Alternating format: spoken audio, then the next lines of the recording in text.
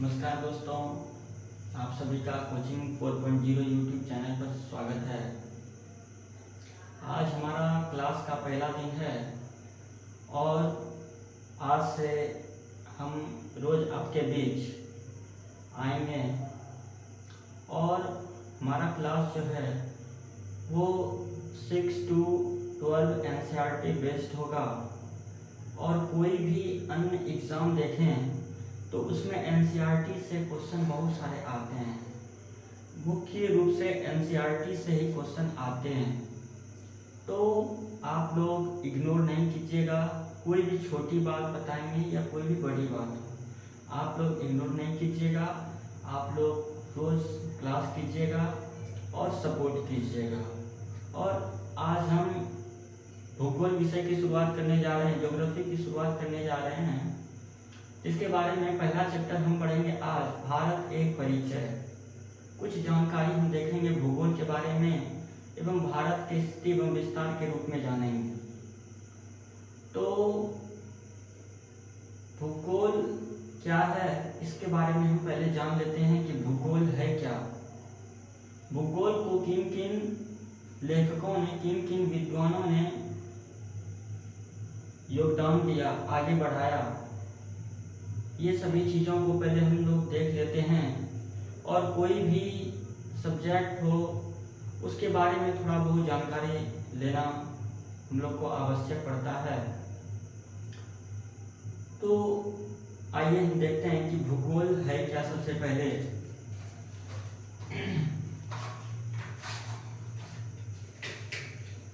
आज भूगोल के बारे में पढ़ेंगे और ज्योग्राफी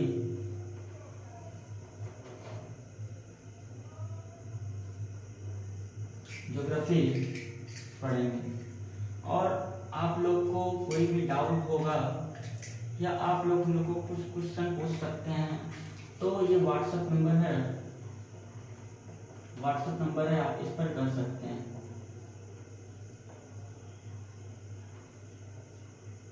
यहाँ पे आप व्हाट्सएप नंबर पर आप मैसेज कर सकते हैं। आप लोगों का जो भी प्रॉब्लम होगा वो समाधान हो जाएगा। हम ग्रुप में ऐड होने के लिए आप लोग व्हाट्सएप पर मैसेज कीजिएगा। तो सबसे पहले हम समझते हैं कि ज्योग्राफी है क्या, भूगोल है क्या। भूगोल जो है वो ग्रीक शब्द है। भूगोल जो है, ज्योग्राफी जो है वो ग्रीक शब्द है और ये दो ग्रीक शब्दों से मिलकर बना हुआ है। भूगोल एक ग्रीक शब्द है और दो ग्रीक शब्दों से मिलकर भूगोल बना हुआ है, ज्योग्राफी बना हुआ है। तो भूगोल यानी कि ज्योग्राफी एक ग्रीक वर्ड है। कैसा वर्ड है? ग्रीक भाषा है, ग्रीक भाषा है और ये दो शब्दों से मिलकर बना हुआ है। एक जियो और ग्राफो दो शब्दों से मिलकर बना हुआ है। जियो का अर्थ होता है पृथ्वी, एवं ग्राफो का अर्थ होता है वर्णन। अर्थात बोल सकते हैं कि पृथ्वी के वर्णन को ज्योग्राफी भूगोल कहते हैं। पृथ्वी के वर्णन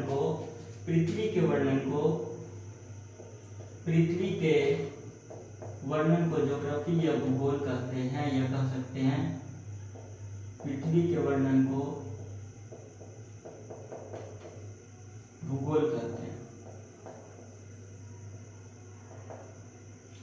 तो ये हम देखें कि ज्योग्राफी।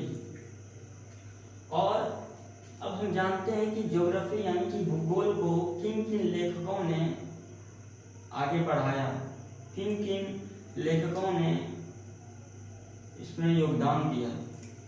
तो सबसे पहले ज्योग्राफी शब्द यानी कि भूगोल शब्द का प्रयोग एक यूनानी विद्वान इरेटोस्थनीज ने किया था। भूगोल शब्द का सर्वप्रथम प्रयोग एक यूनानी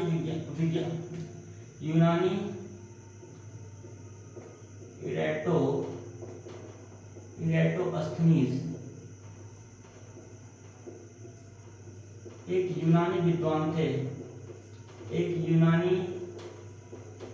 यूनानी विद्वान थे।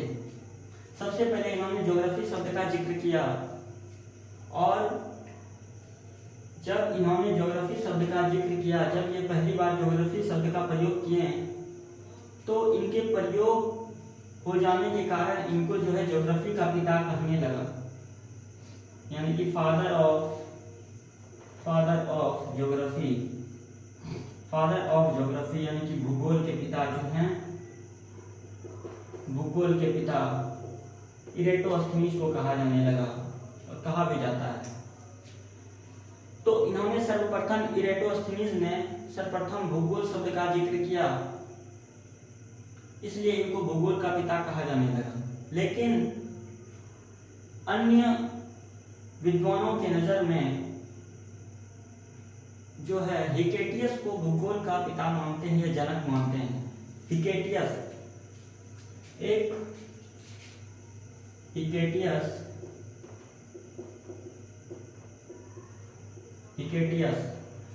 अन्य विद्वानों ने हिकेटियस को जो है भूगोल का मानते हैं, क्योंकि इनकी एक पुस्तक है जेस्प्रीडियस।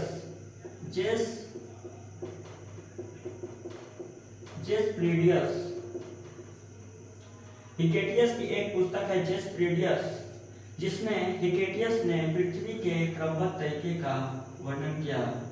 पृथ्वी के क्रमबद्ध तरीके से वर्णन किया। पृथ्वी के क्रमबद्ध तरीके जो है उसको वर्णन किया पृथ्वी का। तो हिकेटियस को अन्य विद्वान जो हैं वो हिकेटियस को भी भूगोल का पिता मानते हैं। तो आप लोग कंफ्यूज नहीं होइएगा, भूगोल के पिता जो हैं वो यूनानी विद्वान इरेटोस्थनीज हैं, ये क्वेश्चन है। लेकिन अन्य विद्वानों की नजर में जो है हिकेटियस को भूगोल का पिता मानते हैं, भूगोल का जनक मानते हैं, फादर ऑफ ज्योग्राफी, क्योंकि इनकी पुस्तक जो है जेस्प्रीडियस में पृथ्वी के क्रमबद्ध तरीके से वर्णन है। और यदि ये दोनों इरेटोस्थनीज एवं जेस्प्रीडियस में दे तो इरेटोस्थनीज ही आपका जो है ज्योग्राफी का पिता होगा। यदि दोनों में से कोई एक दे, यदि ये नहीं दे तो ये जो है जेस्प्रीडियस को भूगोल का पिता मानेंगे। और आधुनिक भूगोल के जनक जो हैं, आधुनिक भूगोल के जनक, फादर ऑफ मॉडर्न ज्योग्राफी, तो अलेक्जेंडर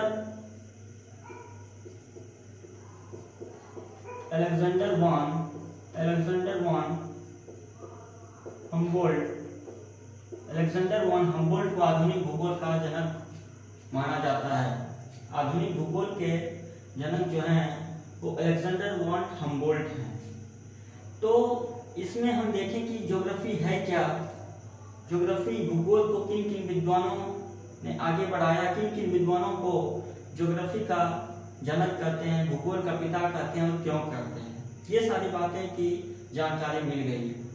अब ज्योग्राफी में पहला चैप्टर है, या कोई भी चीज, कोई भी क्लास हो, वहाँ पे 6 to 12 में कोई भी क्लास हो, तुमको पढ़ना पड़ता है भारत एक परिचय। और पढ़ना भी चाहिए भारत एक परिचय, क्योंकि हम लोग भारतीय निवासी हैं, तो हम लोगों को पढ़ना भी चाहिए भारत में कैसे, कहाँ, कब। तो स्थिति एवं भारत की स्थिति एवं विस्तार, भारत के स्थिति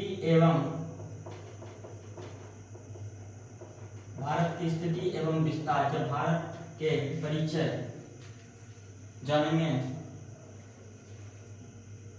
तो सबसे पहले हमको जानना चाहिए कि भारत के पहले में जानते हैं कुछ। भारत एक ऐसा देश है जिनके नाम पर कोई एक महासागर का नाम है। भारत एक ऐसा मात्र विश्व में देश है जिनके नाम पर एक महासागर का नाम जो है रखा गया है, वो है हिंद महासागर। हिंद महासागर जो है वो भारत के नाम पर रखा गया है। तो हम लोगों को गर्व होना चाहिए कि भारत एक ऐसा देश है जिनके नाम पर एक महासागर है, वो है हिंद महासागर। और भारत के अन्य सारे नाम हैं, जैसे आर्यावर्त है, जम्बू द्वीप है, हिंदुस्तान है, इंडिया है, ये सारे भारत के अन्य सारे नाम हैं। पर हमको जानना चाहिए कि भारत के संविधान में किन किन नामों को जिक्र किया गया है। भारत के संविधान में एक भारत और एक इंडिया, दो नामों का उल्लेख है। और भारत के अन्य नाम जो हैं, भारत के अन्य नाम वो हैं जम्बूद्वीप,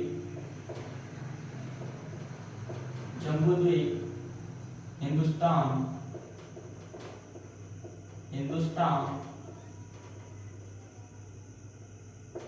इंडिया, जम्बूद्वीप, हिंदुस्तान, इंडिया एवं आर्यावर्त। ये जो है भारत के अन्य सारे नाम हैं। लेकिन भारत के संविधान में जो है वो भारतीय संविधान में जो है दो ही नाम उल्लेख हैं, एक भारत और एक इंडिया, भारत एवं इंडिया। भारत के संविधान में दो नाम उल्लेख हैं, भारत और एक इंडिया। तो ये देखिए भारत के अन्य सारे नाम। अब जानना चाहिए कि भारत जो है इसका आकार कैसा है। भारत का जो आकार है वो चतुष्कोणीय है। भारत का आकार जो है वो चतुष्कोणीय है।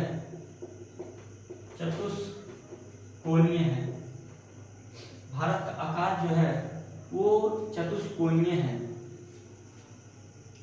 और यदि हम भारत देखें तो भारत जो है एशिया महाद्वीप के अंतर्गत आता है, एवं भारत जो है हिंद महासागर के अंतर्गत आता है। और हम जानेंगे कि भारत जो है इनके स्थलीय सीमा एवं इनका क्षेत्रफल, भारत का जो क्षेत्रफल जो है भारत का वो 32,87,263 वर्ग किलोमीटर है। भारत का क्षेत्रफल जो है वो 32,87,263 वर्ग किलोमीटर है। और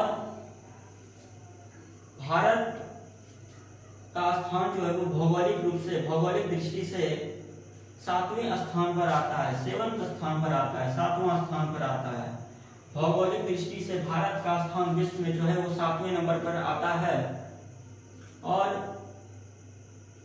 2.4% जो है भौगोलिक दृष्टि से भारत का विस्तार है, योगदान देता है भारत। और यहाँ तो 2.4%। एवं भारत के यदि हम राज्यों में देखें कि भारत के कौन कौन से राज्य के क्षेत्रफल सबसे बड़े हैं, क्षेत्रफल की दृष्टि से सबसे बड़ा राज्य एवं छोटा राज्य, क्षेत्रफल की दृष्टि से सबसे बड़ा केंद्र शासित प्रदेश एवं छोटा केंद्र शासित प्रदेश, इन चीजों को देखते हैं तो क्षेत्रफल की दृष्टि से सबसे बड़ा जो है राज्य वो राजस्थान है, एवं छोटा जो है वो गोवा है, एवं क्षेत्रफल की दृष्टि से बड़ा जो है केंद्र शासित प्रदेश वो लद्दाख है, एवं छोटा लक्षद्वीप है।